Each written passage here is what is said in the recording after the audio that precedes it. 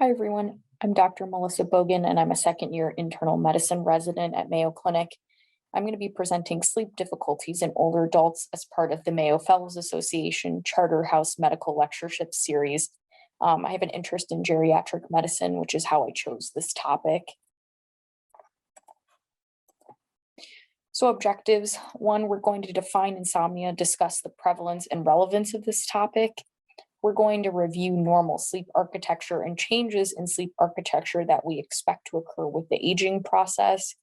We're going to discuss the clinical assessment of insomnia. We're going to review common insomnia treatments, which are available now, as well as explore some of the novel and new insomnia treatments that are available on the market. I have no relevant financial disclosures. So I think many of us have heard the adage about counting sheep to go to sleep, but unfortunately, I think it's becoming more common than not that people would have to be counting hundreds, if not thousands, of sheep to go to sleep. This just also goes to show how common sleep issues are in people, not just older adults, but in everyone, and why it's a topic that bears some time that should be dedicated to learning about it and trying to help people who suffer from it. So I think we should start off by defining what insomnia is. And so insomnia is generally considered to be a subjective complaint of difficulty falling asleep or maintaining sleep. There are also some people who believe that defining it a little bit more broadly, including people who have trouble falling asleep or do not wake up refreshed in the morning, should also be able to say that they have insomnia. But in general, we do accept that there are multiple factors that contribute to this, whether that's medical diseases, other problems such as drug use, alcohol use, a variety of other factors. And so insomnia is a complex interplay between multiple factors, which is one of the reasons it's very difficult to treat overall. So why do we care about this? So overall, I think one of the biggest reasons that this is important is because of the number of people who endorse problems with sleep. And so our population is aging. As we know, there are 46 million people currently in the United States over the age of 65. And that number is expected to skyrocket to more than 90 million people in 2050. So our population is aging. And actually, the older population makes up a large proportion of people who have trouble sleeping, whether that's difficulty falling asleep or staying asleep once they've gone to sleep. And most importantly, this has a negative impact on people's quality of life. And I think we've all had that day where we've had a bad night of sleep and we feel cranky or tired the next day. But there are people who have trouble sleeping every single night, and that can really negatively impact their quality of life. And so this is an issue that has far-reaching implications for people's overall life, and therefore is an important topic. I think one of the important things to go over as well is what is normal sleep architecture in adults. So what I mean by sleep architecture is what do we expect to happen as people go through the normal night of sleep? And then that way we can talk a little bit about things that are pathological or things that are abnormal as they relate to insomnia. And so this chart is called a hypnogram, which is just a fancy way of describing the cyclical appearance of how people go through the sleep cycle at night. And so you'll see that there's different colors of this graph, but essentially this essentially represents the different cycles of sleep as well as the different stages of sleep. And then on the x-axis here, we have the time of the night that this may occur at. And so what we can see is that this top level is when a person is awake. And then just below the arousal level of awake is REM sleep, which is that sleep, rapid eye movement sleep, which essentially the brain waves look like the person is awake, but the body is paralyzed. There are also several other stages of sleep, and this is non-REM stage 1 and 2, which is lighter stages of sleep, and then non-REM 3 and 4, which are deeper sleep or slow wave sleep. Each of these different patterns of sleep in terms of stages has their own sleep pattern in terms of the EEG, so the brainwave activity, as well as the muscle tone, but that's beyond the scope of this talk. I think what's important to point out is that people generally go through different cycles. So as you can see, the person will go through all the different phases of the cycle. So being awake, REM, stage 1, stage 2, stage 3, and stage 4. And so there are some periods of time where the person doesn't enter into REM, but most of these cycles have REM sleep and there may be some overnight awakenings that occur during the night. This is what normal sleep architecture looks for people. So after talking about that, we should talk about what sleep changes are expected as people grow older. And so, one of the main things is that people spend less time in REM sleep, and that the overall total number of hours that the person sleeps is generally reduced. Some people may find that they say, Doc, I'm going to sleep at 7 o'clock at night and waking up at 4 o'clock in the morning. This is called a temporally advanced sleep phase, and that actually may not be abnormal. That may just be related to someone's sleep habits. However, we do find that there are some problems with the sleep architecture, which is called fragmentation. And essentially, we'll talk a little bit about more about that and provide some examples. But essentially, it basically means that the person is spending less time in REM, but they're also having not going through all of the different cycles. And so I think that when we talk about this, it's important to point out that not all sleep changes that we would have would necessarily be bad. So, for example, people going to sleep earlier and waking up earlier is not necessarily a pathology. But what makes things pathological is when it negatively impacts the person's functioning or quality of life. And so, if a person says, well, I can't get more than 5 hours of sleep, but I'm able to do my normal activities, that may not be pathological. Whereas if a person says, I'm unable to sleep more than 5 hours and I haven't been able to go to my job, that starts to sound more like a pathological process that needs intervention. So I want to take a second to compare these side-by-side hypnograms here. And so this is the hypnogram that we saw essentially very similar a couple of slides ago, where we can see this is young adults and then this is older adults. And so in this top hypnogram, we can see that nice cyclical process that we've described. Obviously, the person doesn't necessarily go into each of the stages with every cycle, but we can see that they have nice time in REM, which is represented by this thick black line here. And essentially the cycle, there's less deep sleep as the night goes on, and then the person wakes up. So this is seen in young adults. Now, in older adults, we can see that this pattern really looks quite different. And you can see, whereas in the young adults, there's this nice cyclical wave type pattern that we see, that it's a lot more choppy or fragmented.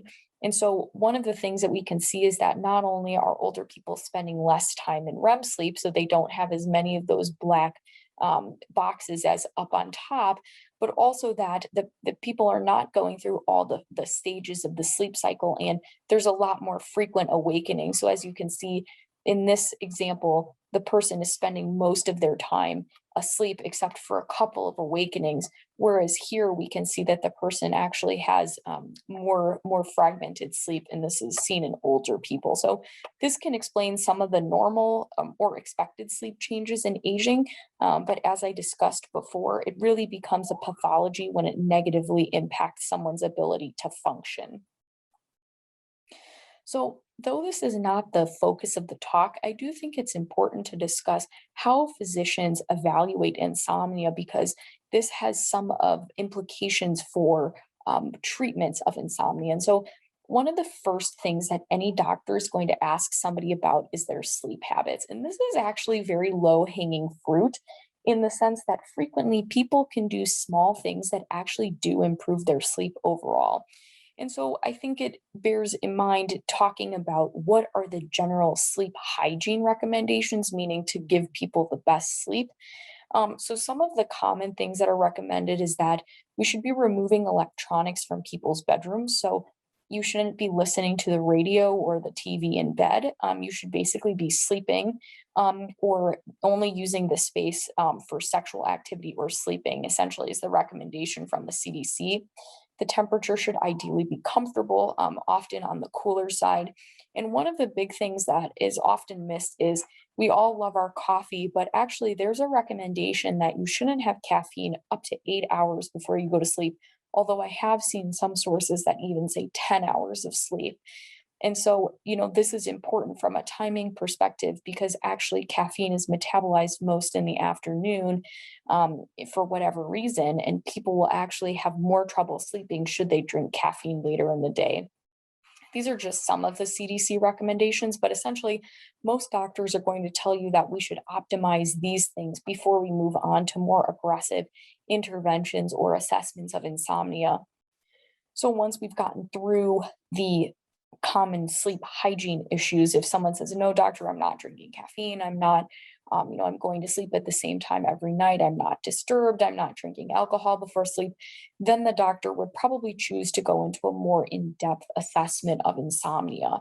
And so what does that look like? Well, it looks like assessment of medical comorbidities. So diabetes, heart failure, do you take a diuretic that has an abnormal side effect that makes you get up and go to the bathroom at night?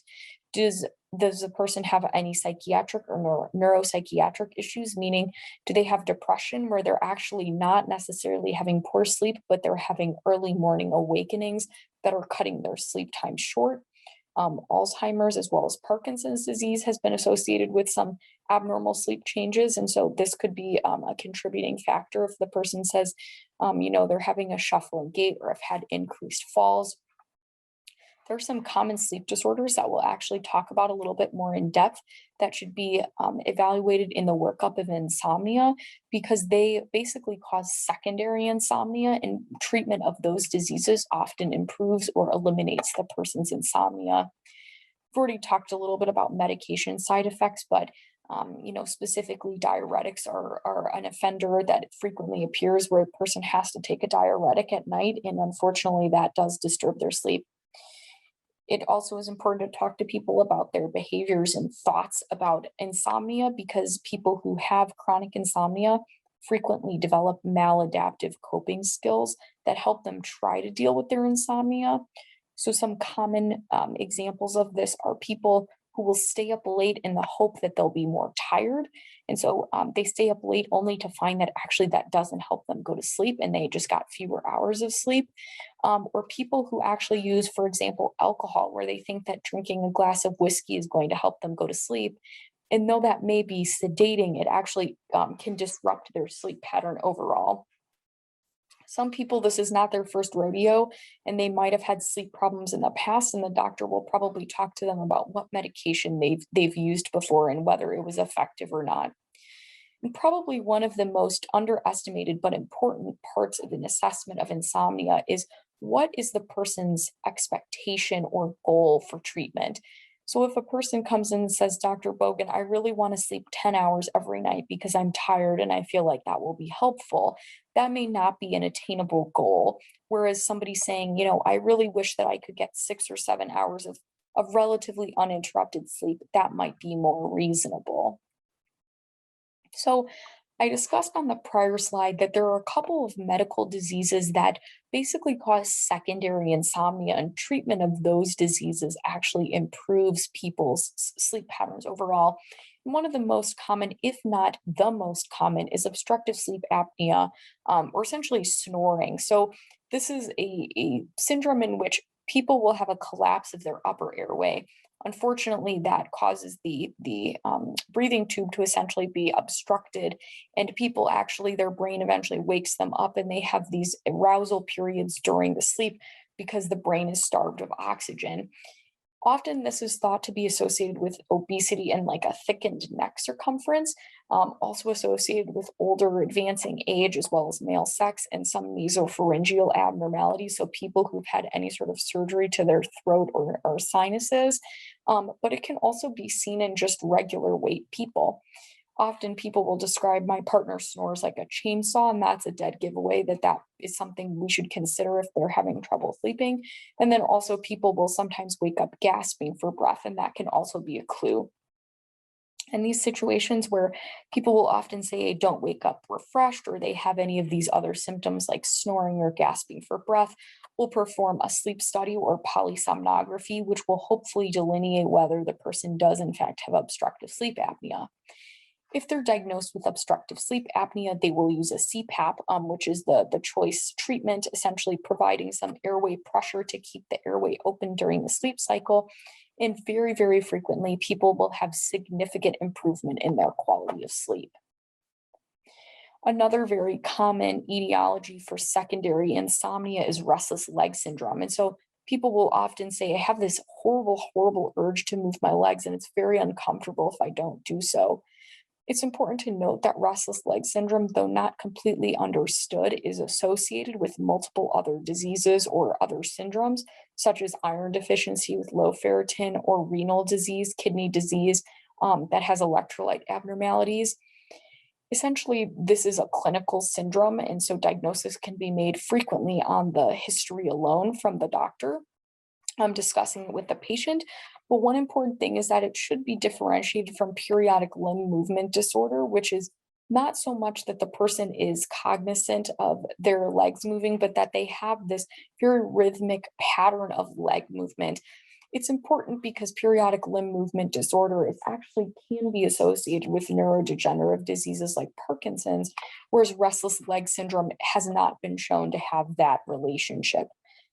So just something important to think about if there's any concern about that restless leg syndrome, that talking to your doctor might be helpful. And as I said, this is a clinical diagnosis, so a sleep study is not really required to make the diagnosis.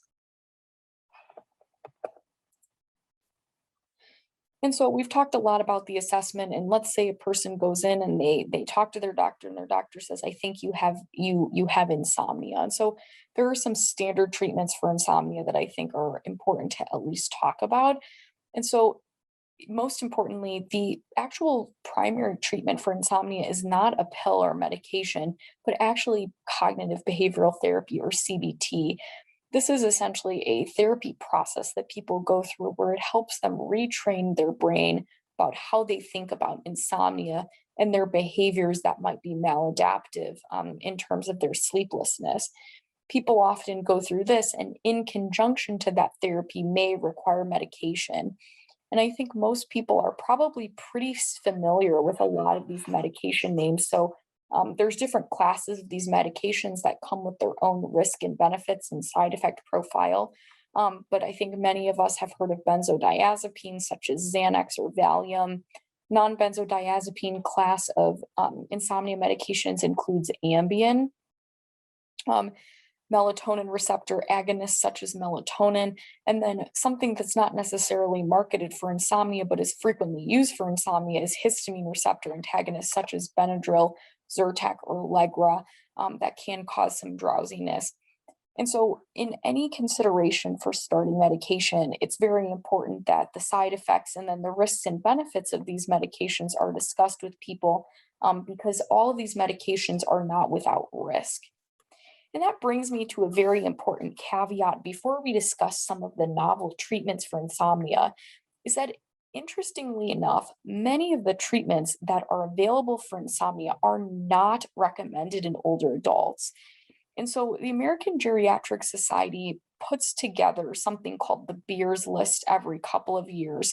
And essentially, the Beers List is a very, very extensive collection of medications and classes of drugs, as well as their side effect profile that should be used in caution in older adults.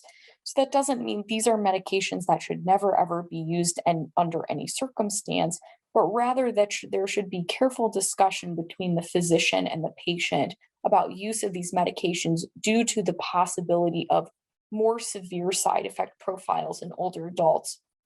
So for example, if you think about the prior slide where we talked about Ambien, some of these actually have black box warnings on them. So another medication is Lunesta, which actually has a box warning on it regarding complex sleep behaviors. And so people who've had problems with sleepwalking or parasomnias, as they call it, or anything where the person is doing something potentially dangerous at night, there's actually been an increased risk with several of these medications.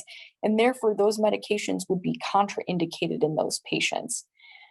It's also important just to acknowledge the unfortunate reality that there is no magic bullet for the treatment of insomnia. There's no pill that is going to make all of a person's sleep difficulties go away. And so it's important to think about those risks and benefits and then remediate any of those factors that may be negatively contributing to the person's sleep. So we spent some time talking about assessment and some of the standard treatments for insomnia, but I think we should spend some time talking a little bit about the novel insomnia treatments that are available, or at least the newer treatments. And so one of the newer treatments, and I think probably all of us remember the commercial from the TV, which has this butterfly in it, is Isoplecon or Lunesta is one of the brand name medications. So this is a medication that was approved by the FDA in 2004. And so that was really only 16 years ago. So for most drugs, that's relatively new. And this is a benzodiazepine sedative hypnotic, which is just the type of receptor that this medication acts on in the brain. And so it's thought that this medication works through a GABA receptor. And so this is just a schematic representation where we have basically the brain itself, and this is a receptor that can bind to a molecule here. And then the effects, basically, there's going to be some effect down in the cell after the binding. It's important to know that GABA, which is just a neurotransmitter type of neurotransmitter, is typically associated with what we call excitatory effects, meaning that it has an activating effect on the brain. And so, theoretically speaking, this medication works. This is the molecular structure.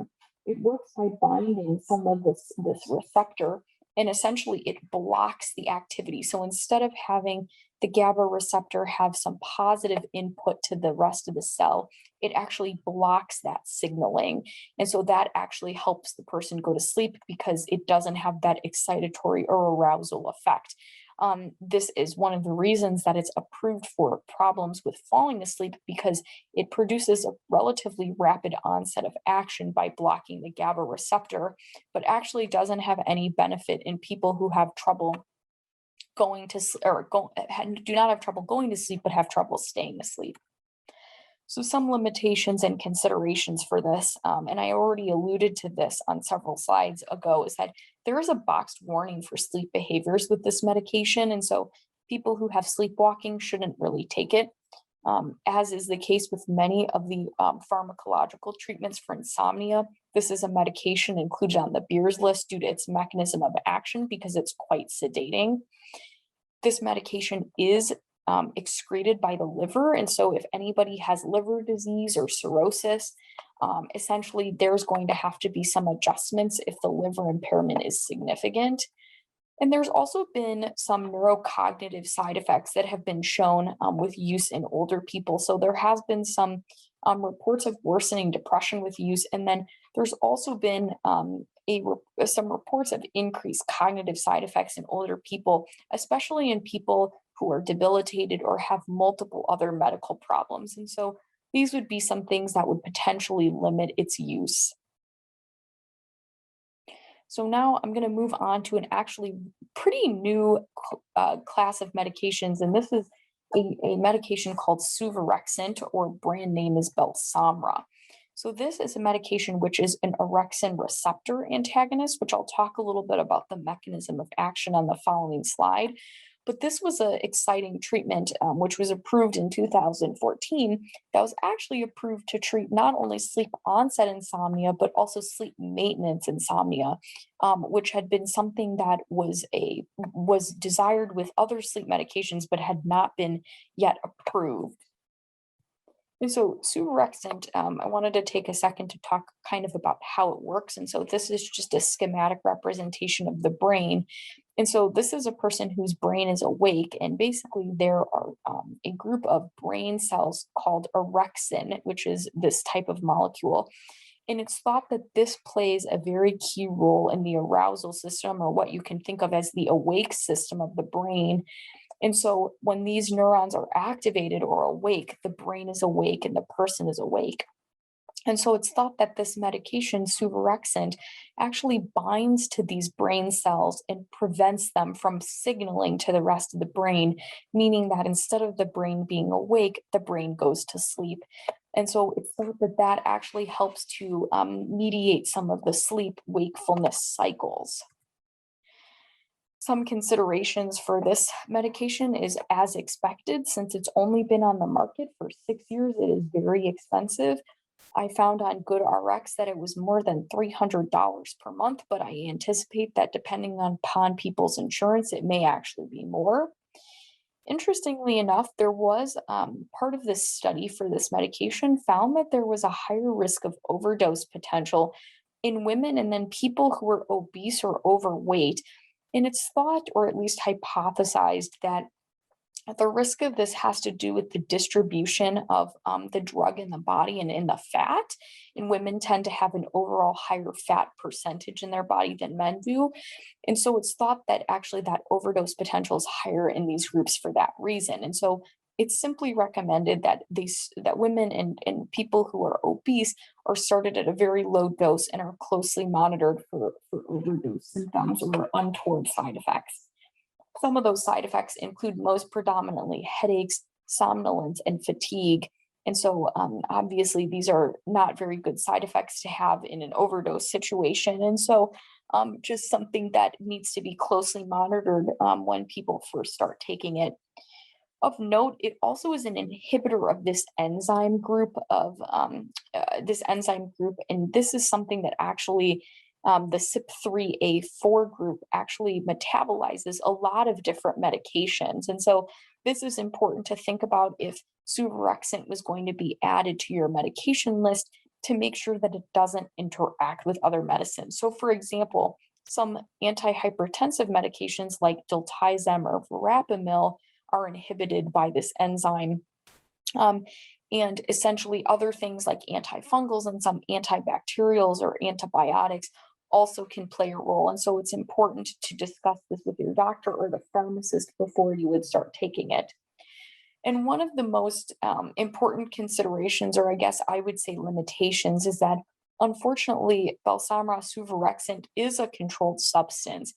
And this is something that I discussed when I talked about the different classes of the standard insomnia treatments. But there was a hope that this would not be a controlled substance and that the dependence potential would be quite low. But unfortunately, that hasn't been the case. And so this is a class 4 controlled substance, the same way that Ambien and Valium is controlled. And so it still has to be closely monitored, and there has to be a physician who is closely watching the patients who are on this medication. Just wanted to comment that in 2020, lemborexant was released, which is a brand name Dayvigo. This has the same mechanism of action as suvorexant, but it was just more recently approved for use in the United States. So I found a very interesting new novel sort of treatment mechanism for insomnia, I should say, when I was researching this topic. And so this is something called Somryst. And so this is actually an FDA authorized prescription digital therapeutic, or PDT. So essentially, this is a smartphone application which provides CBT via the phone to the person's home. And so essentially, it allows for the person to be at their own home and receive CBT, which is the primary treatment for insomnia. And so, how does Somryst actually work? So, you talk to your doctor who would diagnose you with insomnia after discussion and history and physical exam. You would download the application, which is essentially prescription only, and you would start filling out a sleep diary, which would talk about the time you go to sleep at night, any problems you had with sleep, and what time you got up in the morning, etc. During the use of this application, you'd have 6 sessions with trained behavioral therapists who'd be providing the cognitive behavioral therapy. And this therapy, as we talked about before, will sort of revolve around people's behaviors, their thoughts, and then providing some education about insomnia as well. So when this was initially studied, it actually found that there was significant improvement in insomnia based on a variety of different questionnaires at 9 weeks, 18 weeks, 6 months, 9 months, and then 18 months after use, and that there was actually a sustained effect. Interestingly enough, it actually found that people who were diagnosed with comorbid depression actually no longer met the criteria for depression after the 9-week mark. And there was a statistically significant number of those people in the study. When this was actually published, it was published in Lancet Psychiatry.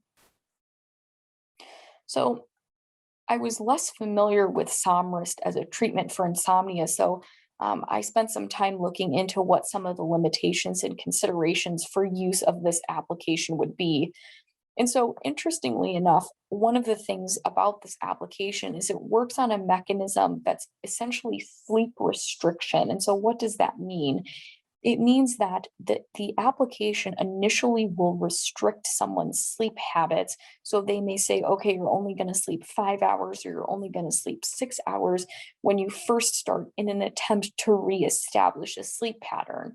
And so, one of the main contraindications to use of this application is that anybody who has any disorder that could be exacerbated by sleep restriction. So, frequently we think about some psychotic disorders or other mood disorders. They may not be very safe to do this sleep restriction that the application is requesting that you do. As we've talked about before, sleep apnea is something that they don't recommend the use of this with the sleep restriction, and that sleep apnea is its own problem that causes insomnia, and that the application is unlikely to work for that reason. And also parasomnia, so sleepwalking and other sleep behaviors, as well as seizure activity, are all contraindications to the use of this application. Because of the sleep restriction and the potential sedation, individuals who are at high risk of falls are also recommended to use this with caution. And so, unfortunately, in the older age population, when there is a general higher risk of falls, or certainly in certain subgroups, this may not be a very good choice overall.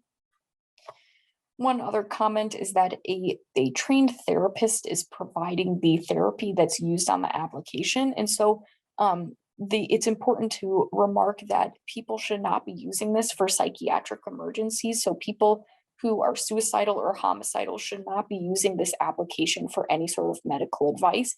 And then also, unfortunately, this does need physician prescription and monitoring. So even though it's touted as something that can be done at home from the leisure of your own home and comfort of your own home, unfortunately, a physician still needs to see you to diagnose you with insomnia and then help you through the process, as well as to monitor your progress. And so I certainly wouldn't say that Somrist is the magic bullet, but I do think it is an interesting concept, and the use of digital therapeutics in the future, I anticipate, will be something that drug companies and other pharmaceutical companies will consider in the future.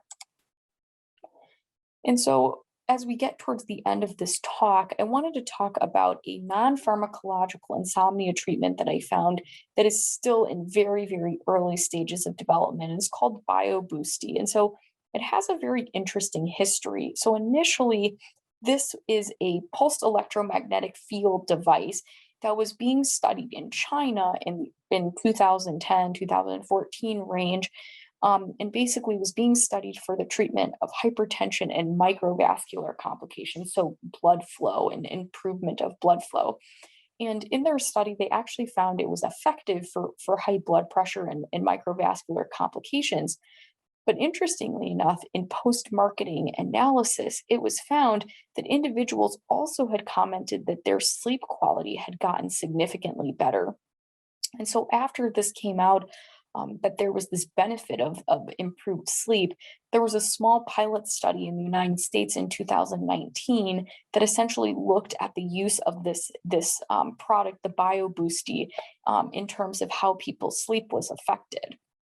And so I just wanted to take a second to show you what this device actually looks like. And so this is just one of the marketing pictures, but this actually goes to show the size of the device. And so the way that this works in the pilot study was that individuals who were getting ready to go to sleep at night would put the device in their hand and keep it there for 8 minutes for up to 6 cycles per night. So people who'd wake up in the middle of the night could use this for up to 8 minutes and then put it down.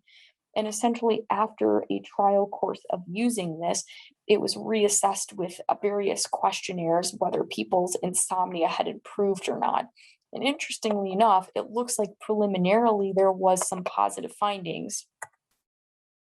However, like the theme is for this talk, there were unfortunate limitations and considerations. And so this was a very, very, very small study. It was a pilot study and not meant to be really significant in terms of its data. And so Because of this, as you might imagine, there was no placebo group, meaning there was nothing that was being compared to this. It was just people saying, I hold this device in my hand and I'm having improved sleep. But there was nothing to compare it to, such as like a sham group or a device that was being held in the hand that didn't provide the electromagnetic stimulation. Because of all of this, it is not FDA approved and it's actually not available for purchase in the United States at this point. So it will be interesting to see if anything comes of this with this pilot study in terms of larger studies that could really attest to the efficacy of this. But it's certainly something that I will look forward to with interest in the future to see if it does come out. And so, in summary, we talked a lot about how insomnia is a very common problem overall, but particularly prevalent in older adults. That insomnia is something that negatively impacts people's quality of life and therefore is something that's worthwhile for physicians to investigate and possibly treat. There are risks and benefits for any treatment for insomnia, and there's unfortunately no magic bullet that's going to solve all of people's insomnia problems. There are some novel treatments for insomnia, but there's also risks and benefits for these treatments, and that they're not without risk. And that overall, there's more research that's needed into insomnia treatment, especially with these new and developing technologies. I've included my references here.